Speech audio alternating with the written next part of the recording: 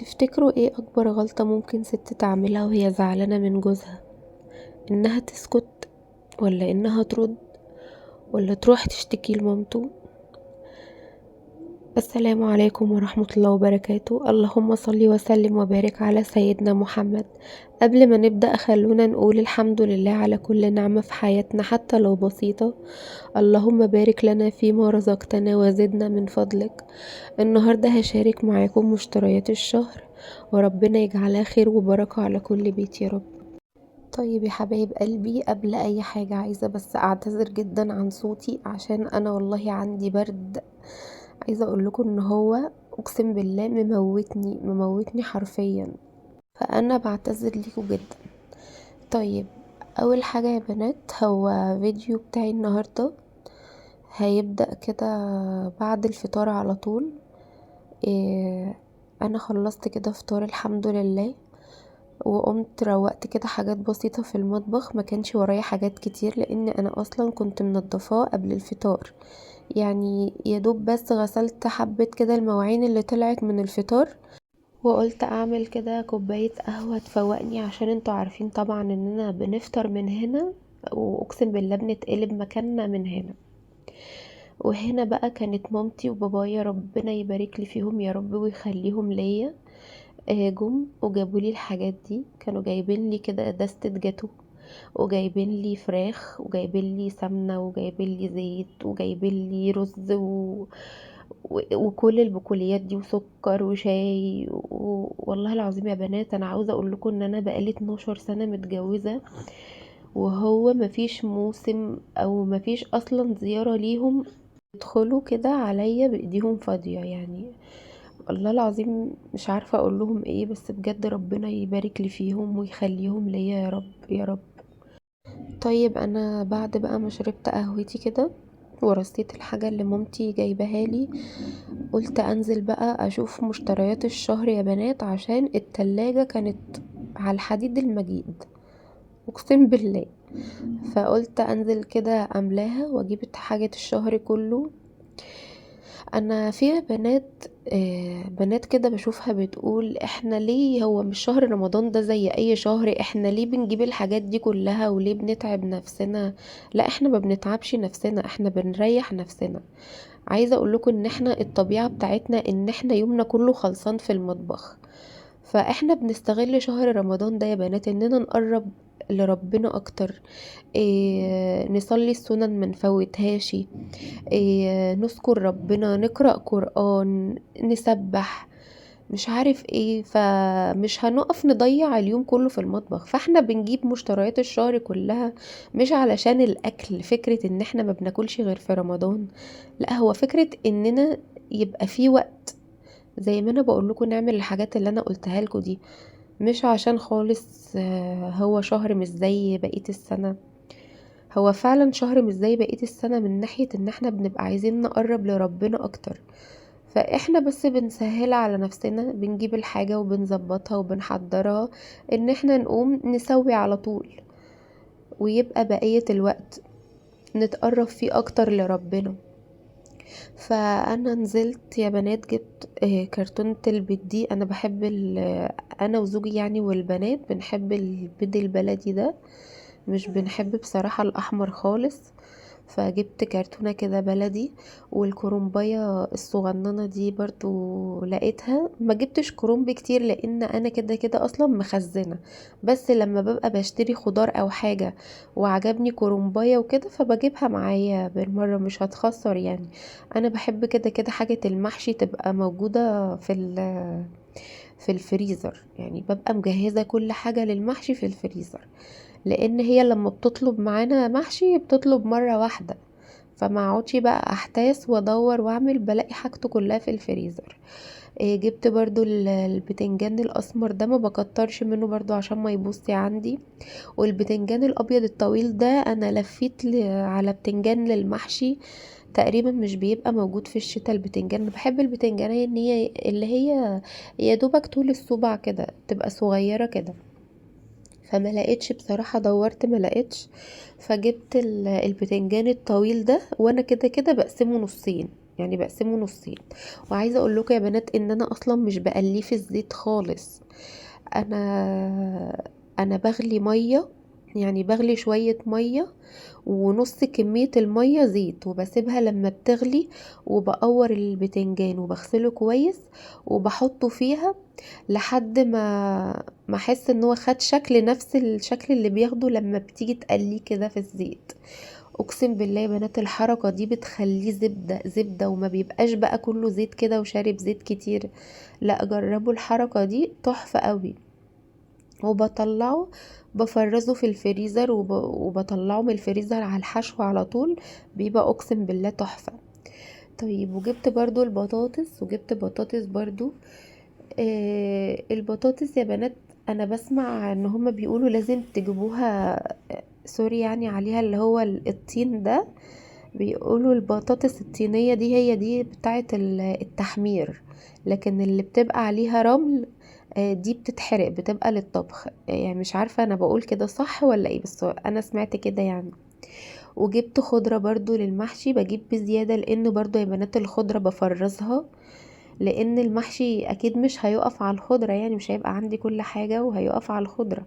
وعايزة اقول لكم ان انا لما بفرزها بطلعها على المحشي على طول، يعني بطلعها متلجة، بحطها على الصلصة والرز، فبتبقى شبه الطازة بالظبط.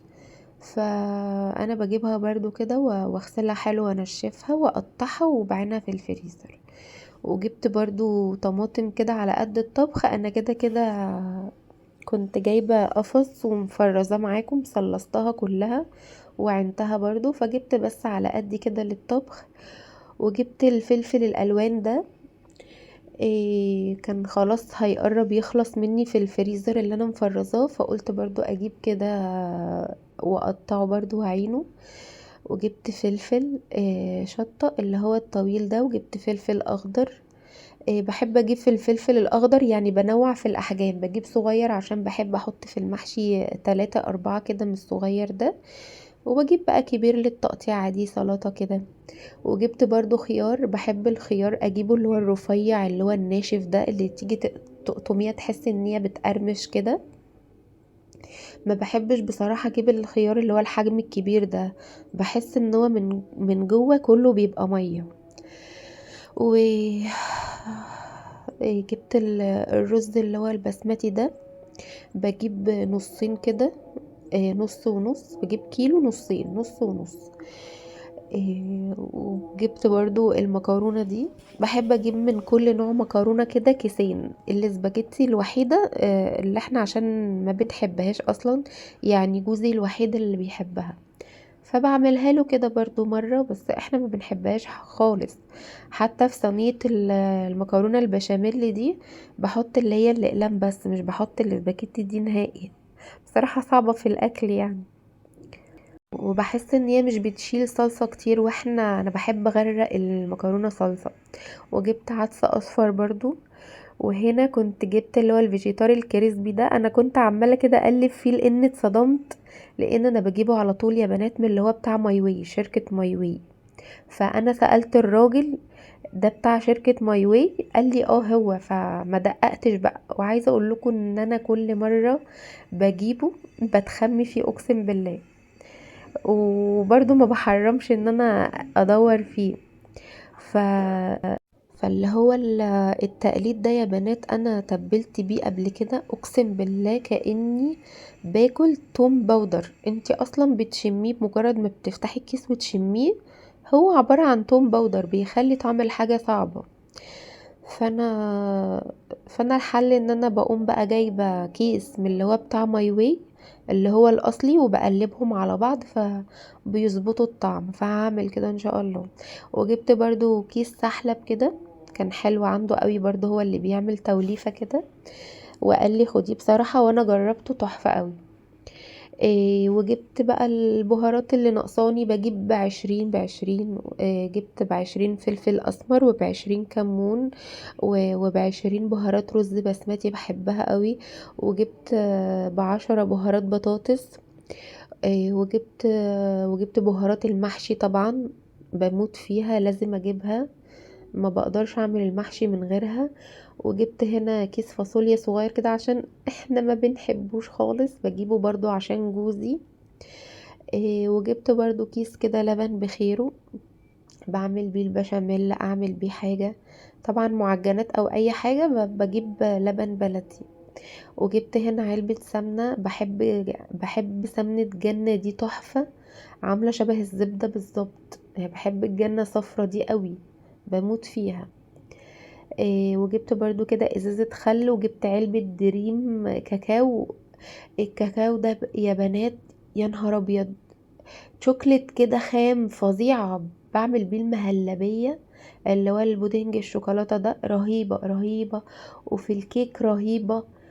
بتخليكي كأنك حاطة كده شوكولاتات، نوعها نضيف جدا، مسيحاها في قلب الحاجة اللي بتعمليها كده. يعني جربوه، اقسم بالله تحفة. وطبعا انا بقى بعشق القسم ده في المشتريات، اللي هو بتاع بقى الخلطات والحاجات دي. طبعا اساسي بجيب شاورما، بهارات شاورما، وبجيب بهارات شيش طاووق، وبجيب يا رب بهارات حواوشي، وبجيب برضو للمشاوي. وبجيب للبرجر. عايزة اقول لكم خلطة البرجر جربتها، تحفة تحفة، جميلة قوي. هعمله معاكم، اقسم بالله حطيتها على اللحمة المستوردة. عاوزة اقول لكم ان هي والله والله احنا كنا كأننا بناكل لحمة بلدي، بصراحة تحفة. هوريكم برضو طريقة البرجر دي. طيب، وجبت برضو دقيق اساسي، وجبت مرقة دجاج، علبة كده، عشان طبعا بستعملها في كل حاجة بحبها. وبجيب برضو خلطة البشاميل. نخش بقى قسم اللحوم. جبت برضو كده طبقين لحمة. آه، وجبت فراخ. بحب انا يا بنات اجيب الفراخ واقسمها انا بقى على مزاجي، اعمل شوية منهم شيش طاووق، اعمل شوية شاورما، اعمل اتبل شوية للشوي. فانا بحب انا اجيب الفراخ كده على بعضها كاملة يعني، وانا اللي بقسمها. وجبت برضو كبدة، وجبت كيسين لحمة مفرومة، بعمل واحد للعصاج بتاع المكرونة، بعمل بقى واحد كفتة، بعمل واحد برجر. انا هنا البرجر ده انا معرفش اصلا جوزي حطه امتى، لان زي ما قلتلكوا انا بعمل البرجر اللي هو البيتي ده، فاحنا نسينا اصلا وحطيناه في المشتريات. وجبت السجق ده برضو، بنحب كده اعمله مع لسان عصفور، اللي هو شبه بتاع الافراح ده، اللي هو شبه الرز ده. إيه، وطبعا اساسي في المشتريات لازم اجيب كيس الجبن المشكل ده، والزبادي برضو بحطه للخلطات وكده اللي انا هعملها معاكم دلوقتي. هعمل معاكم برضو دلوقتي الفراخ، هوريكم بنضفها ازاي وبقسمها ازاي للشهر. وهنا جبت طبقين بانيه، الطبقين ده انا بعمل واحد كده شاورما، و... وبعمل واحد بانيه كامل كده. وهنا بقى يا بنات، انا اصلا كنت مفرزه فراوله، عندي فراوله كتير متفرزه، فانا جبت بس كده على قد ايه احطه قدام البنات وهم رايحين وجايين يتسلوا فيه كده.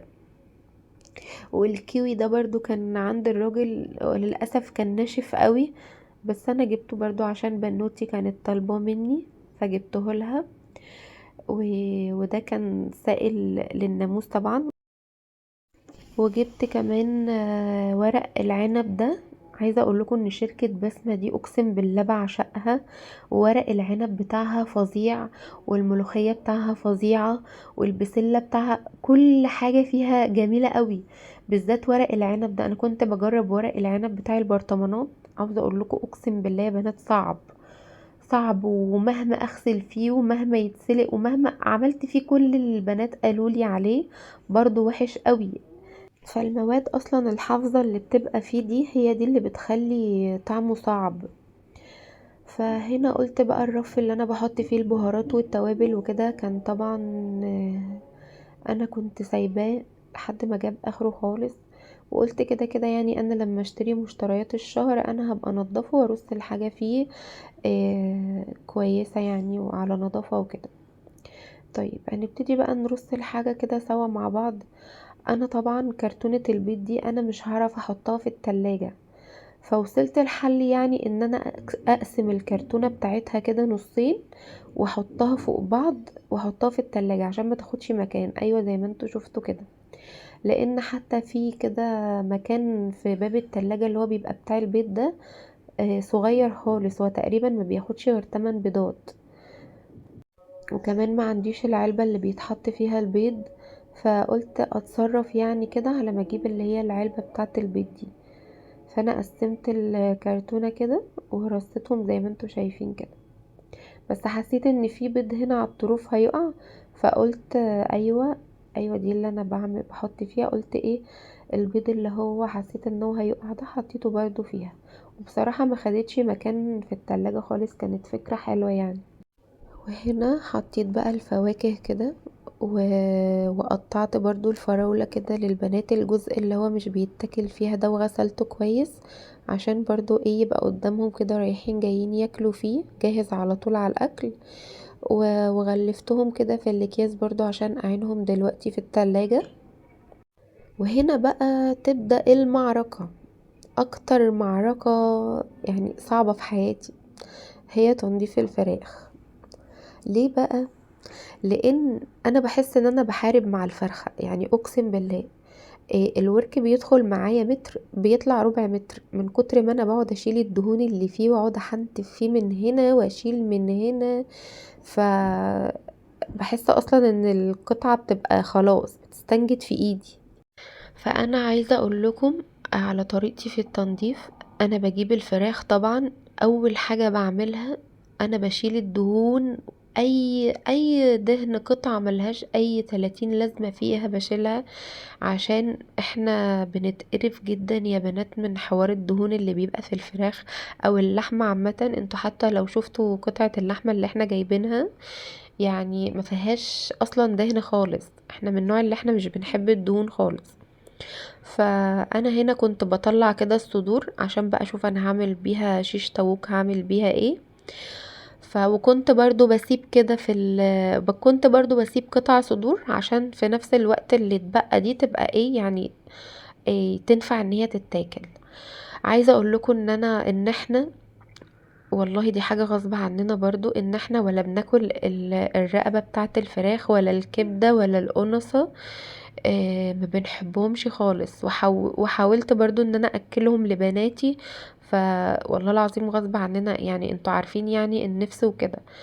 فحاولت برضو ان انا اكلها لهم، فانا بحوشها مع الدهون اللي بتطلع، وطبعا ما برميهاش عشان حرام عليا.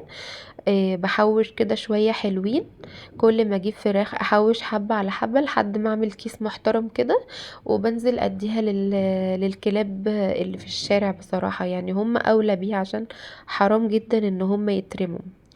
فانا زي ما قلت لكم بنضف الفراخ كده خالص من الدهون، وبشيل الكبد اللي هي بتبقى في الاوراق دي، ولو فيها جلدة صفرة او فيها او الزلال اللي هو بيبقى فيها ده لازم. بصوا يا بنات اقسم بالله ما بسيب فيها حاجة.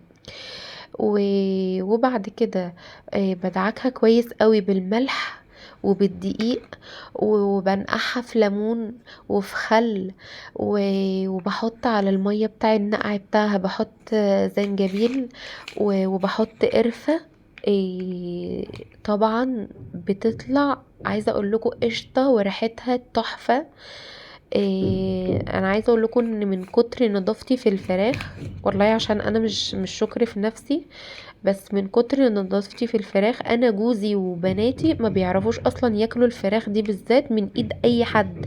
استحاله فراخ تتحط قدامهم وياكلوها ابدا. طيب يا حبايب قلبي، بما انكم بقى عارفين انا دلوقتي انا بعمل ايه، عاوزة كده اعرض معاكم مشكلة اختي لينا. هي بصراحة بعتتها لي على الفيس وقالت لي ان انا اعرضها وفعلا هنا، بقوا وقالت لي ان هي بيتقرفوا هتشوف جدا الكومنتات من بتاعتكم لو حد حط وهي طالبة مثلا. رأيكم. إيه لو حد مثلا اتحط في الموقف بتاعها ده، إيه اتصرف ازاي، ورجعت مثلا الثقة ما بينها وما بين جوزها ازاي. فهي قالت لي اعرض عليكم المشكلة وانتوا يا حبايب قلبي تقولوا لها رأيكم. طيب هي بعتتلي بتقولي بصي يا ندى، انا محتاجة اخد رأيك بجد. انا بعمل حاجة ومش عارفة الحاجة دي انا صح فيها ولا غلط. انا لما بزعل من جوزي مش بس بروح اقول لمامته، لا انا بقيت اروح اقول لها قبل ما اكلمه هو اصلا. يعني لو اتأخر برا، لو مردش عليا، لو حسيت انه متغير، اول رد فعل عندي اني اكلم مامته واحكي لها. يمكن عشان بحس انها تفهمني، او عشان جوايا احساس ان لازم يبقى في حد اكبر منه يضغط عليه. بس اللي حصل ان الموضوع قلب عليا، بقى اول ما تحصل مشكلة يقولي خلاص روحي قولي لماما زي كل مرة. الكلمة دي بقت بتكسرني. حسيت اني بقيت صغيرة في عينه، وبقيت حاسة انه مش شايفني شريكة له، شايفني طفلة بتجري تشتكي. والأصعب اني بقيت حاسة ان مامته كمان نفسها بدأت تبصلي اني انا اللي بعمل مشاكل، رغم اني كنت فاكرة اني بكسبها في صفي. وبتقولي يا ندى انا والله ما كنتش عاوزة افضحه، انا كنت بس عايزة حد يسمعني. بس حاسة ان صورتي قدامه بقت اني بطلع اسرار بيتنا برا، وبقيت كل ما ازعل بخاف اصلا اتكلم. واهله حتى لو مش بيقولوا حاجة، بحس انهم شايفيني اني انا اللي بكبر الموضوع. فبتقولي هو انا يا ندى غلطت لما اشتكيت لمامته؟ واعمل ايه عشان ارجع ثقته فيا تاني؟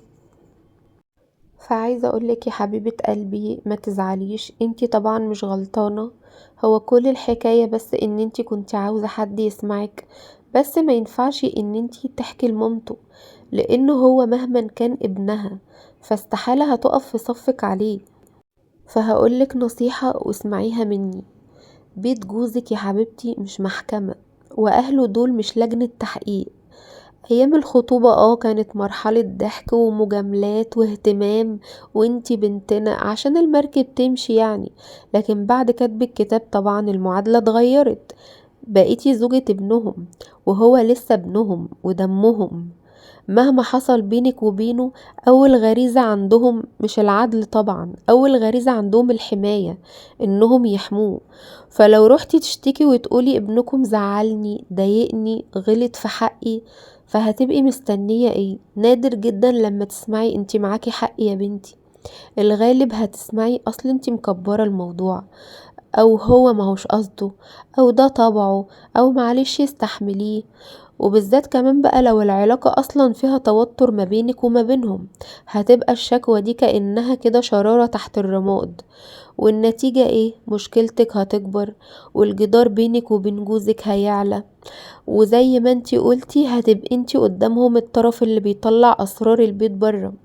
فخليكي فاهمة حاجة مهمة، هي الحكاية ان اهل زوجك مش اعداء، بس مش حلفاء، مش حلفاء في خلاف بينك وبينه. وده مش شر، دي طبيعة بشر. عشان كده الست الذكية ما تدخلش اطراف تالتة في مشكلة اتنين. لو عايزة تحلي يا روحي اقعدي معاه، اتكلمي بهدوء، حددي حدودك معاه، خليه يعرف ايه اللي بيوجعك وايه اللي بيرضيكي.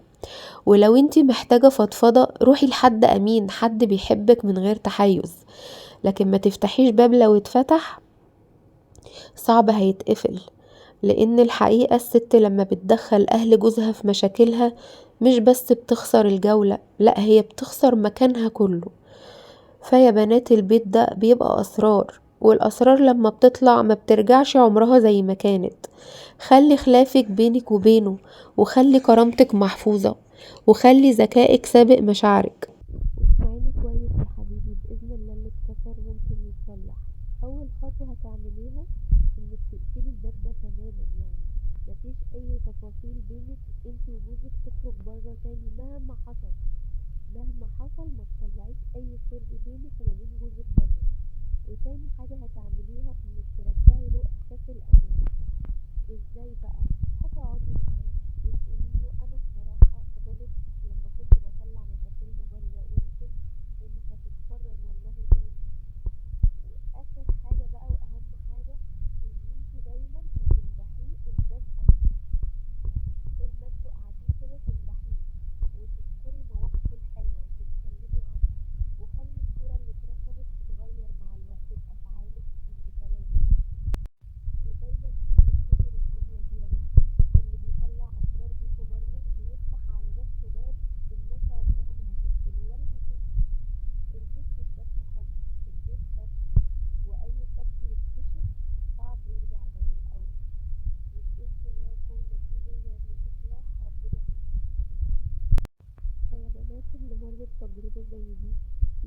ايه رأيه في الكلام ده في الكومنتات، وهل في واحدة مثلا عملت حاجة وفرقت معاه هي وجوزها وقدرت ترجع ثقته تاني.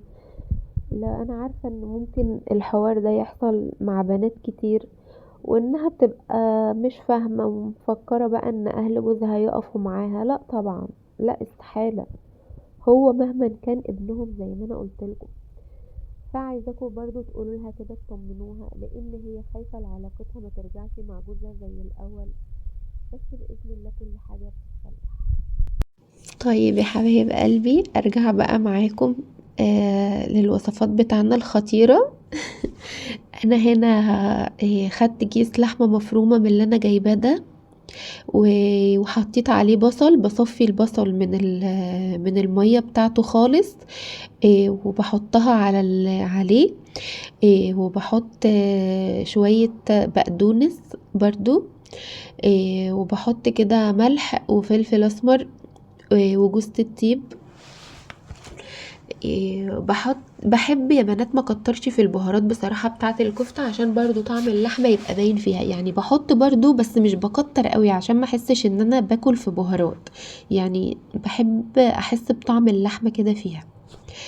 وانا بفرز الكفتة وبطلعها بسويها، بتبقى 10/10، يعني مفيهاش اي غلطة. فانا هنا صبعت الكفتة وحطيت برضو ما بين كل طبقة وطبقة كده كيس عشان ما يلزقوش في بعض. ودي اول كده حاجة معانا اتفرزت. وهنا بقى هعمل الشاورما بحط كيس بهارات شاورما، وبحب احط عليها قوي كيس بهارات من بتاعة الشيش طاووق. يعني الشيش طاووق بعمله بالبهارات بتاعته الخاصة بيه بس، لكن الشاورما بحب ازود لها شوية بهارات من بتاعة الشيش طاووق بيخلوها تحفة. طيب هنا تبلتها برضو، بحطها في الطبق كده، وبحطها برضو في الفريزر جاهزة على السوا على طول. والشيش طاووق برضو يا بنات هعمله كده معاكم زي ما انا قلتلكم. انا والله العظيم انا معرفش، انا تبلت الفراخ وعملت بقية الحاجة وكل ده وانا فاكرة ان انا اصلا بصور. انا لان ما بصورش مقاطع، انا بصور الفيديو كامل على بعضه. فبوقف وبرجع اصور، بوقف وارجع اصور، وانا كل ده اصلا معرفش ان انا رجعت اصور. فانا زعلت قوي ان في حاجات بصراحة تاهت مني فغصب عني يعني. بس باذن الله يعني ما هيش اخر حاجة هنعملها سوا، هبقى نعملها سوا الفيديوهات باذن الله اللي جايه. وعايزه اقول لكم يا رب اكون كده ضيفه خفيفه معاكم. ولو وصلتوا معايا لحد هنا ما تنسوش ذكر الله وصلوا على النبي عليه الصلاه والسلام. اللهم بارك في بيوتكم واهل بيتكم وارزقكم السعاده والراحه. لو عجبكم يا حبايب قلبي الفيديو ما تنسونيش بلايك واشتراك، واشوفكم على خير في الفيديو الجاي. هتوحشوني قوي. باي باي.